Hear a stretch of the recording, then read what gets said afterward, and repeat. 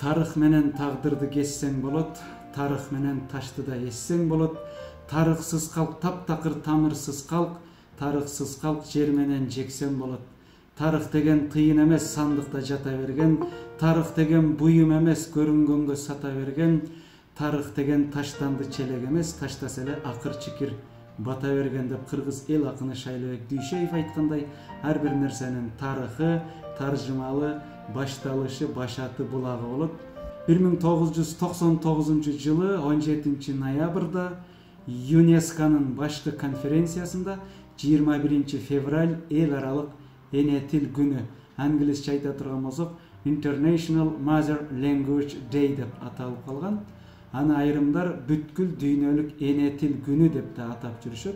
Бул майрам 2020 жылы 21 февралдан баштап ушул күнгө чейин бүткүл дүйнөдө тынымсыз, үзгүлтүксүз белгиленип келүүдө. Эмне үчүн 21 февраль эл аралык эне тил күнү деп аталып калган? Мунун тарыхына токтоло турган болсок, 1952 жылы 21 февральда Бангладеш өлкөсүндө жашаган жаштар, студенттер, улан кыздар биздин эне тилибизге мамлекеттик макам, орусча айтканда статус берилсин деген талап менен көчөгө, демонстрацияга, пикетке чыгышкан. Тилекке каршы күч түзүмдөрү, милиция кызматкерлери аларды токтотуш үчүн аларга каршы ок чыгарган. Көптөгөн студенттер, жаш улан кыздар ошол күч түзүмдөрүнүн аткан огунан мерт болгон, каза табышкан, шейит кетишкен. Мына ушул окуяны эске алган ЮНЕСКО ар дайым ушул күндү эскерүү максатында ар бир улуттун эне тилин бай тил экендигин, анын корголушу керек экендигин эске алып, башкы планга чыгарып, 21 февральды бүткүл дүйнөлүк эне тил күнү деп белгилеген расмий түрдө. Эми статистикага таяна турган болсок, дүйнөдө 4000ге жакын улут, 6000ге жакын тил, 196 эгемендүү мамлекет, 7 миллиард калк бар. Мына ошол 6000ден ашуун тил деп айттым жогоруда. Булардын ичинен эң кеңири тараганы жана сан жагынан көп киши сүйлөгөнү бул кайсыл тилдер? Орусча айтканда же англисче айтканда гигант, түркчө айтканда кожомон, же кыргызча айтсак чоң тилдер деп койсок, Кытай тили, англис тили, хинди тили, испан тили, араб тили, орус тили, немис тили жана башка тилдер. Тил эмне үчүн керек, сүйүктүү студенттер биз үчүн? Тил баарлашуу, маалыматты сактоо, өткөрүү, чыгарма жаратуу, башка элдерди таануу жана өзүбүздү таануу үчүн керек. Тил эмне үчүн жоголуп кетиши мүмкүн? Өлүк тилдердин катарына кирип калышы мүмкүн. Эгерде улут өз тилинде сүйлөбөсө, аны өнүктүрүп жайылтууга аракет жасабаса, анда тил толук жоюлуп кетиши ыктымал. Тил жоголбой өркүндөп өсүп кетиши үчүн ошол тилде кеминде 100 000 киши сүйлөш керек экен. Эгерде 100 000ден аз адам ошол тилде пикир алышса, ал тилдин келечеги жок экен, жок болуп кетет экен. Британиядан чыккан Independent деген бир газета бар. Мына ошол газетадагы маалыматтарга таяна турган болсок, акыркы 500 жыл аралыгында дүйнөдөгү тилдердин 4,5% жок болуп, жоюлуп, жер менен жексен болуп кеттир. Эми тилдердин өзгөчөлүгүнө токтолгум келип турат. Окумуштуулардын, социологдордун, лингвисттердин эсептөөсү, изилдөөсү боюнча дүйнөдөгү эң бай тил деп бул орус тили эсептелет экен. Орус тили көрсө, бөлөк бөтөн тилдерден 25 000 сөздү өзүнүн курамына сиңирип байып кетиптир. Ал эми бүгүнкү учурда интернеттин тили деп бул англис тили эсептелет экен. Учурда орто эсеп менен 500 миллион адам интернетте англис тилинде сүйлөшөт экен, баарлашат экен, пикир алышат экен. Ал эми эң жаңы тил бул урду тили деп саналат. Ал 16-кылымда бир нече түрк сөздөрү менен хинди тилинин аралашмасынан, синтезинен пайда болгон тил. Өлүк тилдер деген түшүнүк бар. азыркы учурда колдонулбаган, пайдаланылбаган тилдерди атайбыз. Бул Египет жана санскрит тилдери деп койсок болот. Окумуштуулардын эсептеси боюнча эң ыргактуу ритм деп коет. Музыкалуу тил бул араб тили экен. Арабча текст эгерде башка тилге которгондо анын ыргагы, ритми бузулат экен. Бир эле айын деген сөздүн 46 мааниси бар экен. Ал эми эң татаал тил бул, сүйүктүү студенттер, Кытай тили. Чоң Кытай сөздүгү бар. Мына ошол сөздүктүн ичинде жалпы жонунан 56 000 иероглиф бар.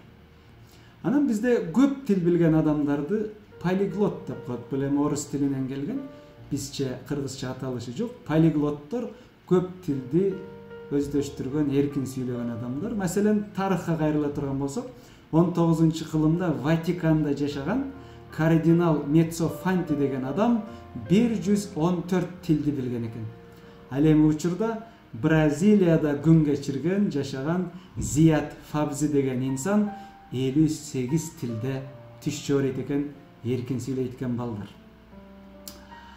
Шайлообек Дүйшеевдин дагы бир ырына токтолоюн ушул жерде, кыскача лирикалык чегүүнү жасап, чырмалышкан иштин да чатышы бар, чындыктын да чыгышы батышы бар. Чытырмандын кудайы пилел эмес, чымындын да жашоого акысы бар. Сайдын дагы башталган башаты бар, саяпкердин сактаган такасы бар. Өрөөндөгү кенедей өзөндүн да өз тилинде чардаган бакасы бар. Тил жоголбойт, жоголсо жоголот дил, тукумуң да, тууруң да жоголот бил. Тил жоголбойт, жоголсо айланасың, колу бутсуз мунжуга тоголок бир дейт. Жогорудагы эки сапка мен алдын сызып туруп айткым келет. Өрөөндөгү кенедей өзөндүн да өз тилинде чардаган бакасы бар дейт. Караңыздар, кыргыздарда ар бир жаныбардын үн чыгарганына, тилине, добушуна карап ар түрдүү сөздөрдү, сөз айкаштарды колдонот. Ырда кездешип атат.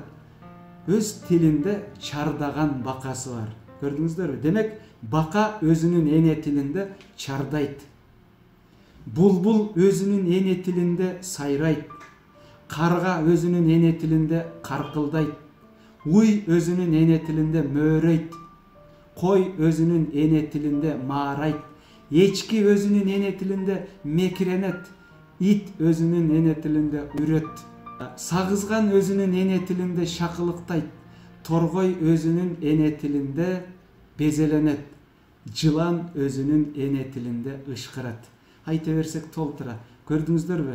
Жырткыч жаныбар болобу, канаттуулар болобу, үй жаныбарлар болобу, жерде, сууда жашоочулар, кургакта жашоочулар болобу, бүт баарынын өзүнүн эне тили бар экен. Демек, булар жаныбарлар. Ал эми ар бир инсандын сөзсүз түрдө өзүнүн эне тили болуш керек. Бул атанын каны, эненин сүтү менен келген эне тил. Эмнеге биз эне тил деп айтабыз, урматтуу студенттер, билесиңерби? Эмне үчүн биз ата журт деп айтабыз? Же болбосо ата тил, эне журт деп айтпайбыз? Мунун сыры мында. Ымыркай жарык дүйнөгө келгенде биринчи энеси аны кучактап, ак сүтүн берип, бооруна кысып, өзүнүн мээримин төгүп, анан ошол баласын эркелетип, ага алгачкы сөздөрдү айтып, өзүнүн бешик ырын ырдап, аны уктатат, чоңойтот, эрезеге жеткирет.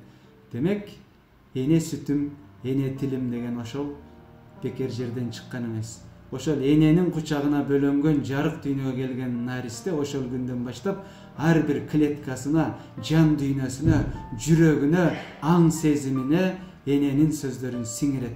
Ошондуктан биз эне тил деп айтабыз. А эмне үчүн ата журт деп айтабыз дагы? Апа журт же эне журт деп айтпайбыз. Себеби бир кичинекей мык таканы сактайт. Така туякты сактайт. Туяк тулпарды сактайт. Тулпар эр жигитти сактайт. Эр жигит элин жоодон, сырткы кас душмандардан коргойт. Ошондуктан мекенди аталар коргоп, аталар сактагандыктан биз ата журт деп айтабыз. Мен ушул жерден дагы бир лирикалык чегүүнү жасап, Дагестандагы Авар деген аз сандагы бир уч улуттун арасынан чолпон жылдыздай болуп жаркып чыккан Расул Гамзатов деген акын бар, билесиздер, тааныйсыздар. Мына ошол кишинин родной язык эне тил деген, ана дили деген, mother language деген көптөгөн дүйнөнүн тилдерине которулган керемет чыгармасы бар. Мына ушул ырды окуйлу дагы, андан ары сөзүбүздү уланталы. Эмнелерди көрбөйт адам түшүндө, өз өлүмүм кирди бүгүн түшүмө. Жаткан экем былк эте албай ок тийип, түшкү ысыкта Дагестандын түзүндө. Шарагымы окшоп мезгил өмүргө, тоо дайрасы мага жакын сайдагат. Бүттүм эми, керегим жок эч кимге, денем чирип топуракка айланат. Тирүү жан жок, мынтип өлүп жатканда, бир дадамдын доошун чалбайт кулагым. Жалгыз гана бүркүт шаңшып асманда, жан электин бышкырганын угамын. Мага күйөр адамдардан жанымда, бири дагы караам болуп турган жок. Жаштайымда, жайрап калган чагымда, аны айтасың, кошок кошкон бир жан жок. Өлүк тирик ортосунда чымырап, мына ошентип жалгыз жатсам тигинде, эки адамдын сүйлөшкөнү угулат, канга сиңген менин эне тилимде. Жатканымда оту өчүп денемдин, алар барат бакылдашып сүйлөшүп, жоругуна күлүп Али дегендин, Гасан деген да бирөөнү тилдешип. Жүрөк болк деп кулак тостум мен үнгө, ошол үндөр денеме жан кийирди. Врач, бакшы, шыпа болбой өлүмгө, өлгөн денем эне тилден тирилди. Ар бир тилдин кудурети ошончо, өз ээсине дабаалыгы алардын. Эртең тилим жоголору чын болсо, анда жакшы бүгүн өлүп калганым. Эми ушул жерде мен сиздерден өтүнөт элем, суранат элем. Мен азыр өзүмдүн 5 манжамды сиздерге көрсөтүп берем. Сиздер мен жасаган нерсени кайталасаңыздар, эне тилдин канчалык терең, канчалык маанилүү, биздин жашоо турмушубуздагы алган орду жогорку даражада экендигин түшүнөсүздөр. Келиңиздер, барыңыздар, менин колумду көрүп жатасыздарбы? Урматтуу агайлар, эжейлер жана студенттер. Келиңиздер, 5 манжаны мындай бири-бири менен бириктиребиз эки колду. Бул баш бармак, бул сөөмөй, бул ортоң кол, бул аты жок, ал эми бул чыпалак деп аталат кыргыз тилинде. Эми ортоң кол эң узун манжаны бүгөбүз. Ортосунан, муундан көрдүңүздөр, мындай кылып бүгүңүздөр. Келиңиздер, барыңыздар. Жасадыңыздарбы? Ортосунан бүктүңүздөрбү? Эми ажыратпаңыздар. Ушундай кармап туруңуздар. Эми бул эмнени түшүндүрөт? Мен сиздерге өтмө мааниде метафора менен айтып берейин. Бул баш бармак биздин ата энебиз, балдар. Караңыздар. Биз эрезеге, бойго жеткенде кыздар турмушка чыгат, жигиттер үйлөнөт, бала чакалуу, очор бачарлуу болуп, түтүн булатып, өзүнчө үйдө жашайт. Ата энебизден биз бөлүнүп кетебиз албетте. Өмүр бою анын мойнунда отурбайбыз. Каалаган учурда кабар алабыз, ден соолугун сурайбыз, келип турабыз, жолугуп турабыз мына. Каалаганда кетебиз, каалаганда келебиз. Ал эми сөөмөй бул биздин бир туугандарыбыз, кара чечекей, агаларыбыз, эжелерибиз, сиңдилерибиз, карындаштарыбыз. Кыргызда жакшы сөз бар. Атадан алтоо болсоң да ар жалгыздык башта бар дейт. Биз эрезеге, бойго жеткенде бир туугандарыбыздан бөлүнөбүз. Өмүр бою 10 киши болсок дагы чогуу жашабайбыз. Үйлөнөбүз, турмушка чыгабыз, бала чакалуу болобуз. Алардан бөлүнүп кетебиз. Жакшылык, жамандыкта алар менен катташып, кабар алышып, жолугуп турабыз. Ажырап атат, биригип атат. Ал эми чыпалак бул биздин перзентибиз, уул кыздарыбыз. Алар дагы бир кезде бойго жетет. Бизден бөлүнүп, өз алдынча үй бүлө күтөт. Бизден ажырап, өзүнүн үйүндө жашайт, каалаганда келип турат, каалаганда кетип турат. Эми барыңыздар, шакек, нике шакеги тагылган кадимки аты жокты ажыратып көрүңүздөрчү. Кана, кимдин аты жогу ажырады? Аракет кылып көрүңүздөр. Ажырадыбы?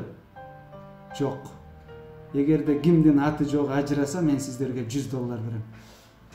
Ажыраган жок. Көрдүңүздөрбү? Demek толук бүгүлсө ажырабайт. Эгер чала бүксөңүздөр ажырайт. Толук бүгүңүздөр муундан. Муну менен мен эмнени айткым келип атат, сүйүктүү студенттер? Биздин эне тилибиз ушул ажырабаган аты жок сыяктуу биз төрөлгөндөн жарык дүйнөгө келип киндигибизди кесип баа деп кыйкырып ушул дүйнөнү тааныган мезгилден көзүбүз өткөнгө чейин биздин кан жаныбыз менен, ар бир клеткабыз менен, жүрөгүбүз менен, аң сезимибиз менен чогуу жашайт. Эч качан бизден ажырабайт. Ошондуктан бул биздин эне тилибиз. Биз эч качан өзүбүздүн эне тилибизди чанып кетпейбиз. Албетте, кыргызда канча тил билсең, ошончо дил билесиң деген жакшы макал бар. Канчалык чет тилдерин көп билсең, бул сен үчүн өтө пайдалуу, өтө керектүү. Бирок мына ошолордун башында, ошолордун башатында, ошолордун төрүндө, ошолордун чокусунда атанын каны, эненин сүтү менен келген биздин эне тилибиз туруш керек.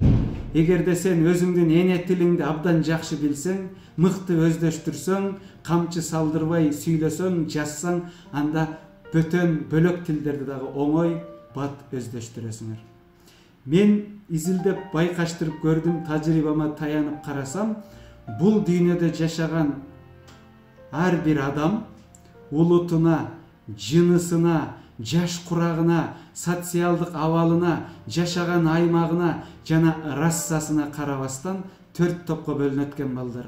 Балким менин оюма кошуласыңар, балким каршы чыгасыңар. Биринчи топтогулар, булар булбулдун тилин жутуп алган, алтын шилекейин чачыратып, уккан адамдын кулагынын кумарын кандырган, ушунчалык сөзмөр, чечен, орусча айтканда оратор адамдар. Элдин алдына чыгып сүйлөгөндө куюлуштуруп, уйкаштырып, сөзгө сөздү, кепке кепти кынаштырып сүйлөгөндө кеткин келбейт, муюп отура бересиң. Тилекке каршы ошол адамдардын колуна кагаз калем карматып, оюңду кагазга түшүр десең, алар жаза албайт, кыйналат кадимкидей. Ал эми экинчи топтогу адамдар, булар элдин алдында чыкканда сүрдөгөн, эки тизеси калчылдаган, эки сөздүн башын бириктирип сүйлөй албаган, сөзгө чоркок, уялчаак, тартынчаак адамдар. Ал эми ал адамдардын колуна кагаз калем карматып, ойлоруңду жаз десең, кыштай кынап, шурудай тизип, мончоктой кылып, кемелин келтирип, керемет текстти жазып берет, тамшанып, таң калып, тойбой кайра кайталап окуйсуң ал жазган текст. Бул экинчи топтогулар. Ал эми үчүнчү топтогу адамдар, булар жанагы чечендик өнөр менен мыкты текст жазган, өзгөчөлүктүү, куштун эки канатындай, кайыктын эки калагындай, төөнүн эки өркөчүндөй, уйдун эки мүйүзүндөй, адамдын эки көзүндөй ар дайым жанаша, чогуу, эриш аркага алып жүргөн адамдар. Тилекке каршы мындай инсандар өтө сейрек кездешет, кызыл китепке кире турган жаныбарлар сыяктуу. Ал эми 4-чү топтогу адамдар, бул жанагы жогорудагы эки сапаттан тең куржалак калгандар. Элдин алдында ооз-эки сүйлөй албайт, сөзгө чоркок, ошол эле учурда колуна текст менен, кагаз менен калем берсең, жарытылуу мыкты текст жаза албай жүдөйт. Ал жазган текстти окусаң, чийки ботко жегендей же тузу жок тамак ичкендей акыбалга капталышы мүмкүн. Эми биздин максат балдар, ошол 4 топко кирген инсандардын 3-чү тобуна кириш. Эгерде адам чындап кааласа, бул нерсеге жетишет. Мага түрк элинин өтө жаккан бир макалы бар, баарыңар түркчө билесиңер, чобан истерсе текеден сүт чыгарыр деген. Кыргызча которо турган болсок, чабан чындап жан дили менен кааласа, текеден дагы сүт чыгарат. Бул каалоо, түркчө истек, орусча желание. Эми ушул каалоо тилек жөнүндө кантип жанагы чечендик өнөр менен мыкты текст жазганды өздөштүрсө, өнүктүрсө, ошол деңгээлге жетсе боло тургандыгын мен сиздерге айта кетейин. Ал үчүн эне тилибизди эң мыкты жогорку деңгээлде өздөштүрүшүбүз керек. Түрк тилин, кыргыз тилин, орус тилин, казак тилин жана башка. Эми караңыздар. Менин колумда эмнени көрүп жатасыздар? Мен азыр сиздерден сурасам, Studentтердин 95% баклажка деп орусча айтат. Албетте бул англис тилиндеги bottle, орус тилинде бутылка, бизче бөтөлкө деп которулуп сингармонизм үндөштүк мыйзамына ылайыкташып калган. Мен муну желим бөтөлкө деп атайм. Желим деген сөз амоним сөз 3 мааниси бар. Бир мааниси клей, түркчө япыштырыcı дейт. Бир мааниси резина, экинчи мааниси пластмасса. Демек желим бөтөлкө десек туура болот. Эми караңыздар, тажрыйба жүргүзөбүз, урматтуу студенттер. Тажрыйба деген эксперимент, түркчө уйгулама. Ушул жарым литрлик 500 граммдык бөтөлкө же 1 литрлик бөтөлкөнү алалы. Дүйнөдө эң чоң 3 шаркыратманы айтыңыздарчы мага. Айтып атасыздар, мен укпай жатам, бирок сезип атам жүрөгүм менен. Виктория дедиңиздер, Анхел дедиңиздер, Ниагара деп айттыңыздар менимче. Мына ушул эң чоң шаркыратма, шелале деп коет түрк туугандарыбыз. Орустар водопад деп айтат. Мына ушул шаркыратмага, шелалеге алып барабыз. Желим бөтөлкөнүн капкагын ачпай туруп, агып аткан суунун агымына коебуз, орнотобуз. Бекем зым менен байлайбызбы, цемент мененби айтор. Ошол жерге бул желим бөтөлкөнү 1 ай, 1 жыл керек болсо 100 жыл койсоңор дагы бул чирибейт. Бул желимдин өзгөчөлүгүшүндө чирибейт, эч бузулбайт. Суу киреби ушул жабык капкактуу бөтөлкөнүн ичине шаркыратмадан агып аткан суу эч качан кирбейт. Бир тамчы дагы кирбейт. Эми ошол эле бөтөлкөнү алабыз, үйүбүзгө келебиз. Араңарда көп кабаттуу батирде үйлөрдө жашагандар бар, жер үйлөрдө жашаган бар, албетте боз үйдө жашагандар жок деп ойлойм. Сууну кайдан ичесиздер? Көбүңүздөр азыр кран деп орусча айттыңыздар. Мен бөркүмдө ишенем, 100% көзүм жетет, кепилдик берем. Көпчүлүгүңүздөр кран деп орусча айттыңыздар. Анын кыргызчасы бар.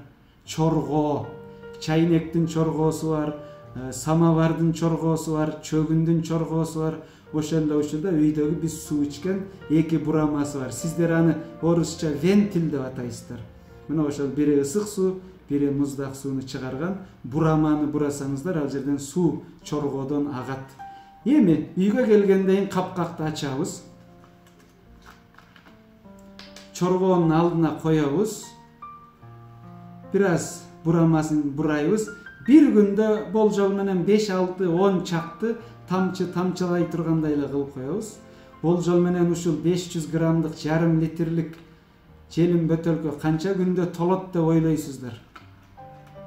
Бирөө 1 жума деп атышы мүмкүн, бирөө 10 күн деп атат, бирөө 1 ай деп атышы мүмкүн.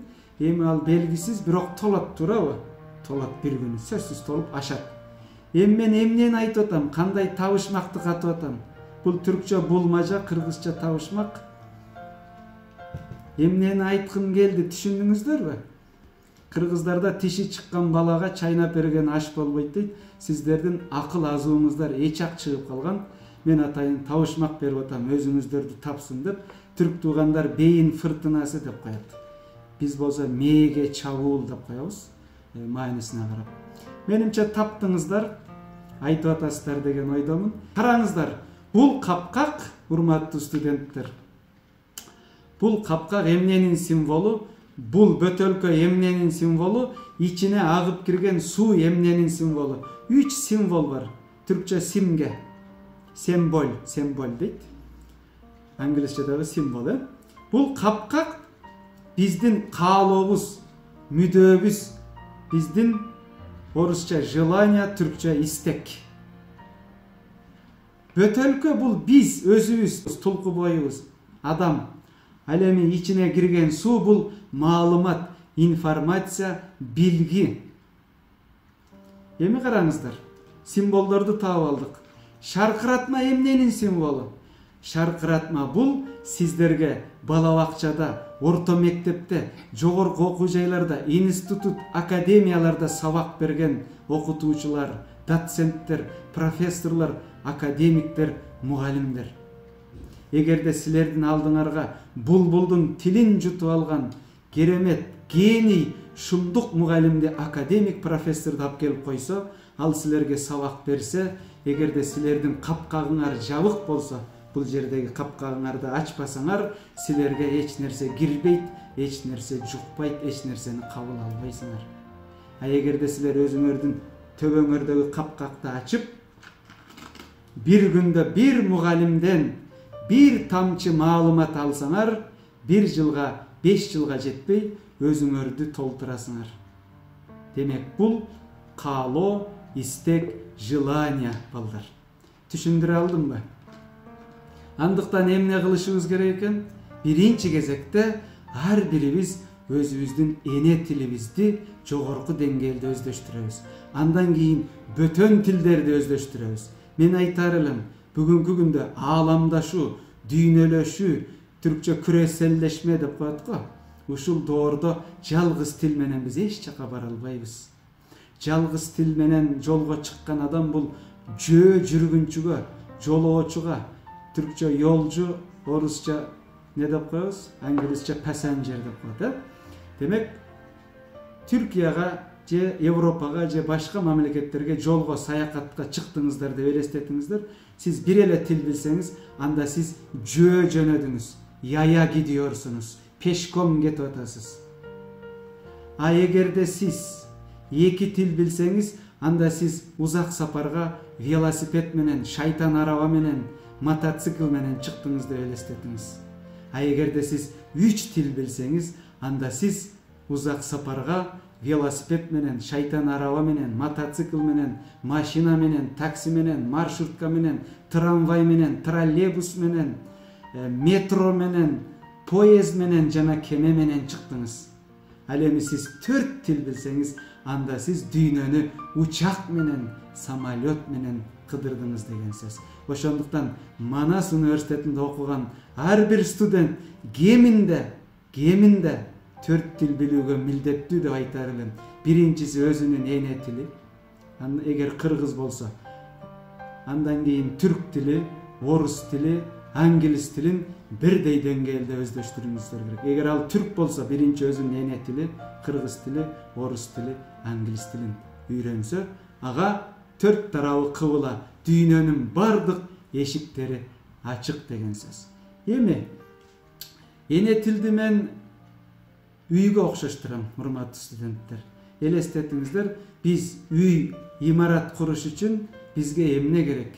Биринчи жер тилкеси, орусча участок, түркчө топурак, англисче area деп коет. 8 сотых, 10 сотых болушу мүмкүн. Ошол жерге үй куруш үчүн бизге сөзсүз түрдө куруучу керек, архитектор керек, жана курулуш материалдары керек. Архитектор эскизин, программасын, планын чийип берет, куруучу ошого карап үй курат. Курулуш материалдары деген эмне? Орустар строй материал деп коет. Башкача айтканда бул кыш. Орусча кирпич, түркчө керпич. Кум, шагыл, цемент, таш, топурак, шифер, черепица, эшик, терезе, айнек, акиташ, боек, темир тезек, мык, ушунун баардыгы курулуш материалдары. Эгерде сизде курулуш материалдары канчалык сапаттуу болсо, канчалык кеңири, канчалык көп болсо, сиз дасыккан профессионал, мыкты куруучу архитектор болсоңуз, 7-8 балга жеткен, зилзалага туруштук бере турган, жайында салкын, кышында жылуу, көргөн адамдын көз жоосун ала турган, кооз, заманбап, мыкты имаратты курасыз, ошол жерде жыргап жашайсыз. Эгерде сиз үйрөнчүк куруучу болсоңуз, начар чабал архитектор болсоңуз, курулуш материалдарыңыз сапаты начар болсо, тартыш болсо, жетишсиз болсо, анда жепирейген, көргөн адамды ирээңжите турган, айланып кача турган, ичине киргиси келбей турган бир тамды, кепени куруп коюшуңуз мүмкүн. Демек, эне тил дагы ушундай. Эгерде сиздин сөз байлыгыңыз канчалык көп болсо, түркчө келиме дааржыы, орусча словарный запас дейт, ошону канчалык көп болсо, демек курулуш материалдарыңыз ушунчалык көп деген сөз. Ошондуктан ошол сөздөрдү ийкемдүү, орду менен керектүү жерде колдоно билишти өздөштүрүш, бул чеберчилик, бул эмгек, кызылдай мээнет. Жалкоо адам эч нерсе кыла албайт. эне тилинде жарытпайт, өзгө тилди дагы кыйратып үйрөнө албайт. Анан көп тил билүүнүн дагы бир коркунучтуу жагы бар, аны айта кетейин. Медалдын эки бети бар дейт. Көп тил билген адамдар аралаш тилде сүйлөп, мите сөздөрдү колдоно баштайт. Аралаш тил, мите сөз дегенди билесиздерби? Мите деген бул паразит, орусчада, англисчада, түркчөдө. Паразит. Мисалы үчүн мен кыргызмын. Кыргызча сүйлөп жатканда орусча, англисче, түркчө, өзбекче, казакча, азербайжан жана башка тилдеги сөздөрдү аралаштырып сүйлөйм. Бүгүнкү күндө биздин коомдо мейли түрк болсун, мейли кыргыз, мейли орус ким болбосун, аралаш тилде сүйлөп калдык. Мите сөздөрдү колдонуп калдык. Демек ушул нерседен арылышыбыз керек, кутулушубуз керек. Маселен, мен 4 тилди билсем, кыргызча сүйлөп жатканда суу кошпой, таза, нукура кыргыз тилинде сүйлөшүм керек. Тойканага барганда официантка дебей, тейлөөчү деп кайрылышым керек. Менюнү берип коюңуз дебей, аш тизмекти берип коюңуз дешим керек. Маселен да, мындай нерселер бар. Түркчө сүйлөп атсам, таза, нукура түрк тилинде сүйлөшүм керек. Бир дагы бөлөк мите сөздөрдү кошпой. Түркчө ырларды окушум керек. Келин таныш болалым, иши колай кылалым, севелим, севилелим, дүйнө кимсеге калмас деп Юнус Эмренин ырын таза айтышым керек, мисалы үчүн. Англисче сүйлөсөм дагы таптаза сүйлөшүм керек. Орусча сүйлөсөм дагы таптаза сүйлөшүм керек. Бул биздин эң башкы милдетибиз. Бүгүн биздин Кыргызстанда жашаган жарандар көбүнчө 2 тил билгендиктен орусча жана кыргызча аралаштырып сүйлөйт. Түгүл мектептеги сабак берген мугалим менен окуучу аралаш тилде сүйлөйт. Бир мисал келтире кетейин.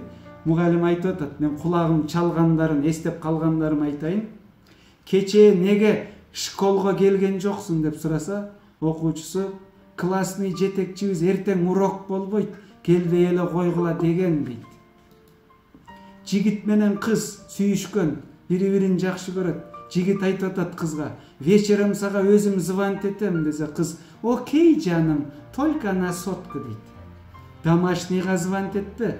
Жигит эмнеге десе, кыз, үйдө мамашкалар бар, паханды болсо сам знаешь, аябай строгий дейт. Жүргүнчүлөр маршруткада баратканда кулагым чалып калды эле. Братан, бул маршрутка Ошскийге барабы десе, айдоочу барат дейт. Жүргүнчү па Тактагула да десе, айдоочу нет, па Бакамбаева менен дейт. Түгүл базарга барсаңыздар, дүкөндөргө кирсеңиздер, кардарлар менен сатуучулардын ортосунда ушундай аралаш тил, мите сөздөргө күбө болосуздар. Кардар сурап атат, алмаңыздын ценасы канчадан? Десе сатуучу 55тен. Кардар сочныйбы? Десе сатуучу оба сочный деп жооп берет. Түгүл менин зээнимди кейиткендиги, айылдарга барсаңыздар, бизге жол көрсөтө турган, эне тилди үйрөтө турган, тилди өнүктүрө турган чал кемпирлер, абышкалар дагы бүгүн аралаш тилде сүйлөп калышты. Диалог.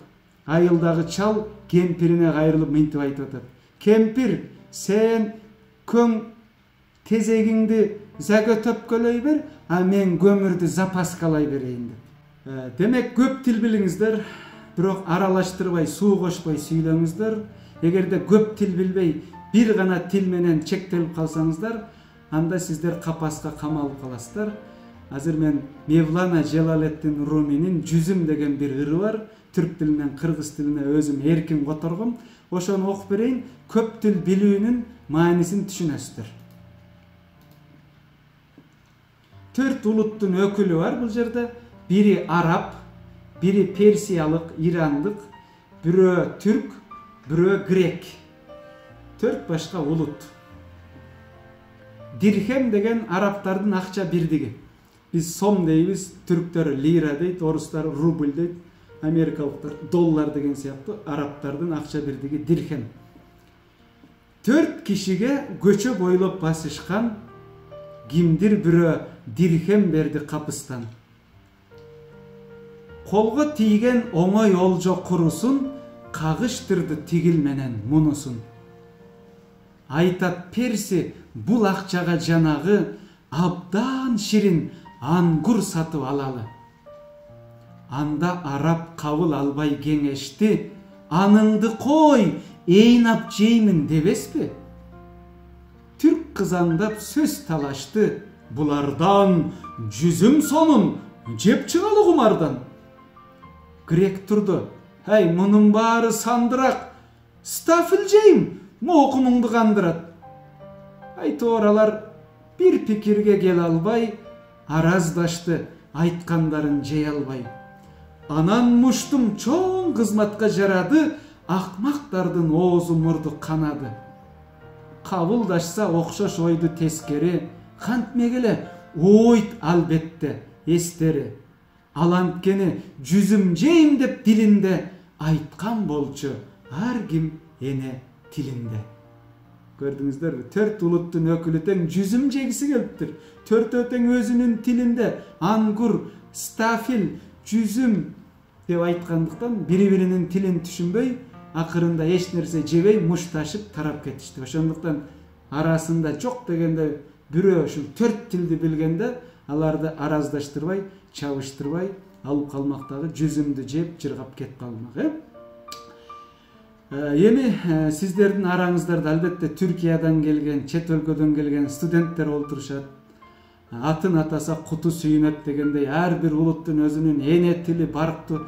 Эгерде менин убактым кенен болсо, орус тилинде, англис тилинде, казак тилинде, өзбек тилинде, Азербайжан, татар, түркмөн тилдеринде сүйлөп, ошол тилдерде ырларды окуп бермекмин. Тилекке каршы аба убактыбыз жетпейт. Болгону Кыргыз-Түрк Манас университети 2 тилде билим берген окуу жай болгондуктан Түркиядан келген студенттердин дагы сөөгүн агартып, дилин тазартыш үчүн мен түркчө бир ырды окугум келип турат ушул жерден. Асаф Халет Челеби деген белгилүү түрк акынынын İstanbul'umun dili деген эң сонун ыры бар. Ошону кыска нуска окуй кетейин. Баарыңыздар кыргыздар да түркчө билесиздер. Annemin dili, babamın dili, İstanbul'umun dili, İstanbullumun dili, İstanbul'umun efendisi, hanım efendisi, sokaklarımın bekçisi, yoğurtçusu, balıkçısı, can dilimi konuşanım, canım benim, ninnelerimi bu dil söyledi. Masallarımı bu dil. Bu dille duydum türkülerimi, bu dille okudum şairlerimi. Zalim beni söyletme, derinumda neler var. Бүтүндөй Кыргызстанга таанымал ырлары жатка айтылган Эсенгул Ибраев деген эл акыны, халк шайыры бар, көз өтүп кеткен. Ошол кишинин улут болсом тилим менен улутмун деген ырын, анын артынан өзүмдүн бир ырымды окуйун дагы бүгүнкү сабагыбызга чекит коелу. Улут болсом тилим менен улутмун. Зоог үчүн келгеним жок бу жерге. Соболум бар бере турган силерге. Bir ata jurt, bir asaba, bir ajo бар bir elde. Anan munu bilip al, kulağına sırga kılıp ilip al. Ar adamdın ar başkaça dini var, ar başkaça dili var. Birok bilgin birden gana tili var. Bilgin munu bilip al. Ey erenler eskerterim silerge, çındap kızmat kılam dese kim elge? Süysün tilin, süygön jarın süygöndöy, güysün tilge, perzentine güygöndöy. Tirүүчүлүк sezilbese, turmuş öldü depilem. Tündö jarkıp görünbösö, yıldız öldü depilem. Kırgız tili süylönbösö, kırgız öldü depilem. Ulutundun uulu bolup, ulayım desen uçuğun, özgölörden kalıp kalbay, özsün desen tukumum. Ene tilge toluk boydan berүү gerek ukuğun. Basmırlanıp başka tilge, jıyındarda süylönbösö, aymağında jaşagan el azdap azdap üyrönbösö, köçö tildin dengээлинен көтөрүлбөйт тилибиz. Til өспөсө кантип өсөт дилибиz. Токтом токуп салуу менен, мыйзам кабыл алуу менен өспөйт тилиң калың журт. Кан жанымдан кайнап чыккан зарымдук. Атың кыргыз, затың башка, өзүң кыргыз, сөзүң башка, дилиң кыргыз, дилиң башка болуп калсын дебесең, жыйындарда, курултайда, чогулушта, жолугушта ажоң баштап, кожоң коштоп өз тилиңде сүйлөбөйсүң неге сен? Кылым сүргөн кыргыз тили кызгалдактай бүрдөсүн, жайып тамыр бутактарын жаш арчадай гүлдөсүн. Иш кананы кенен ээлеп, иш кагазда сайрасын, көчөлөрдө эркин басып, көрнөктөрдө жайнасын. Бакчалардан байыр алып, окуу жайда окулсун, тоолуктардын өз тилинде токтомдор токулсун. Телеграф, телефондор сүйлөп турсун кыргызча, ата журттун эне тили аралашсын турмушка. Желбиреген желегиндей жетсин колу жылдызга. Тунук болсом тилим менен тунукмун, улук болсом тилим менен улукмун, улут болсом тилим менен улутмун. Анткени тил ар улуттун улуттугун аныктар. Паспорту да, мандаты да, метрикасы улуттун. Уктап жаткан адамдын бетине муздак сууну чачып, алка жакадан алып силкип ойготкон ырлардын бири деп айтсам болот. Өзүм акын болгон соң ыр жазып жүргөн инсан катары кантип айтам деген өзүмдүн эне тилге арналган ырым менен бүгүнкү видео сабагыбызды жыйынтыктайлы. Эх кыргызым, ойлончу эсти жебе, энатаңдын айтканын эскидебе. Тарыхты сен тар сатып салган менен, таңдайыңа сайылат эски жебе. Какшап келем доо кетип балдарыңа, каргыз сөзгө кабылып калбагыла.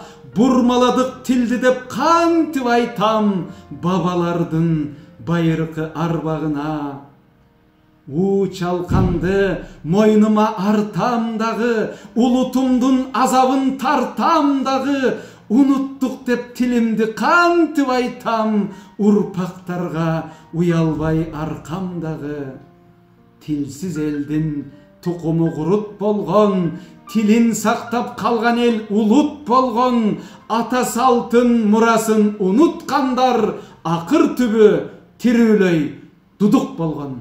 Урматтуу агайлар, эжейлер, кымбаттуу кесиптештер, сүйүктүү студенттер, бүгүнкү видео сабагыбыз аркылуу мен сиздерге ийненин көзүнчөлүк маалымат бере алган болсом, уктап жаткан жүрөгүңүздөрдү ойготкон болсом, атуулдук, мекенчилдик сезимиңиздерди бир аз болсо да козгой алган болсом, анда мен өзүмдү бактылуумун деп сезем.